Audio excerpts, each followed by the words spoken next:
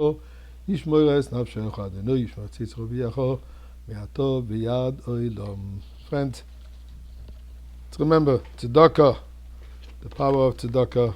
Together, Hakel will have it, will make it.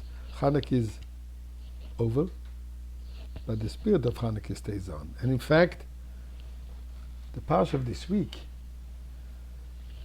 with the story of Yossef, has a lot in common with the message and the story of Chanukah.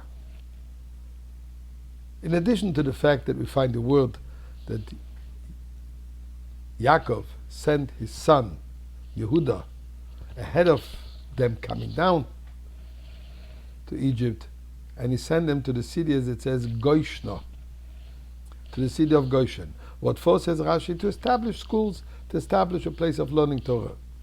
The word Goishna is spelled Gimel, Shin, Nun, Hey, is identical to the four letters that we have on the dreidel, Nun, Gimel, Hey, Shin, to tell us in the time of Yaakov, he knew that his future of the Jewish people depends on the study Torah of the children. The same thing was also in Chanukah, where the little children went out and studied Torah, even risking their lives and covering it with playing that little toy.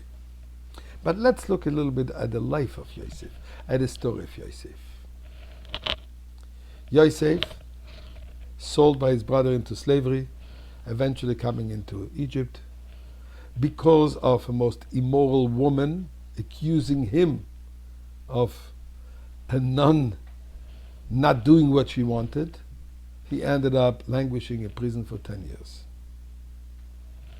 Alone, no visitors, no friends, no family, no communication, all alone, and very little hope of coming out of there.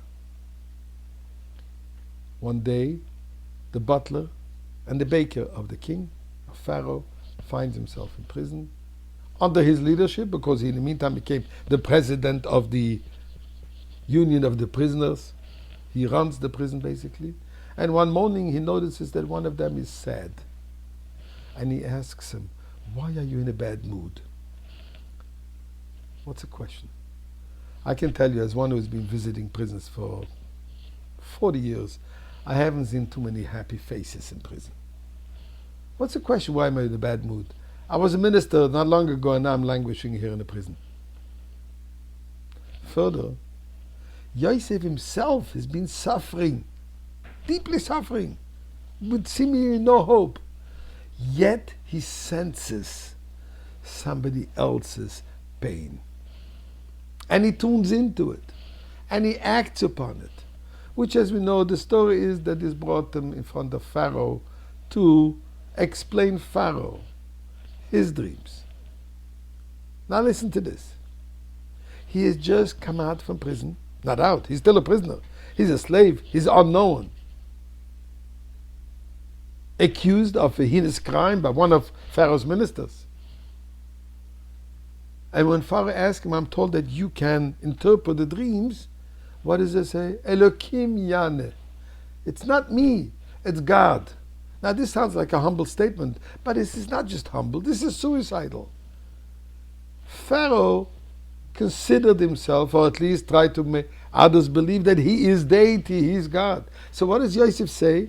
This young lad over here, the chutzpah of a Jewish kid, says, "I can't help you. Nobody can help you. The only one who can help you is God. And you are a nobody," basically. That's what Yossef is telling him. Why is he doing this? Why is he endangering his life? But the answer is that Yossef knows he is here in Egypt for a mission. And what's his mission? To tell the world that God exists. So now he has the opportunity to do it with Pharaoh. He doesn't think about his own benefit. He thinks about his mission. And he's not afraid to state it clearly. And what happens? Pharaoh respects. Instead of being insulted, he tells him, "You, my man, you are going to be viceroy. I trust you fully. You taking over everything, except I'm still above you, I'm still king. My throne is above you, but you have carte blanche. You run the place as you see fit. Why? And the answer is simple. When Pharaoh saw here an individual who had all the reasons to be polite and politically correct and so on and so forth, and all he does is states the truth, Pharaoh respects this. Friends, that's the message to us. That's the message from Hanukkah.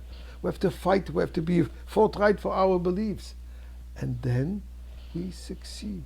The flame of Hanukkah burns forever. The message of Yossef is eternal. And we came out of Egypt. We won with flying colors in Hanukkah. We're going to come out of this Egypt by staying the course and following the Rebbe's words and welcoming Mashiach.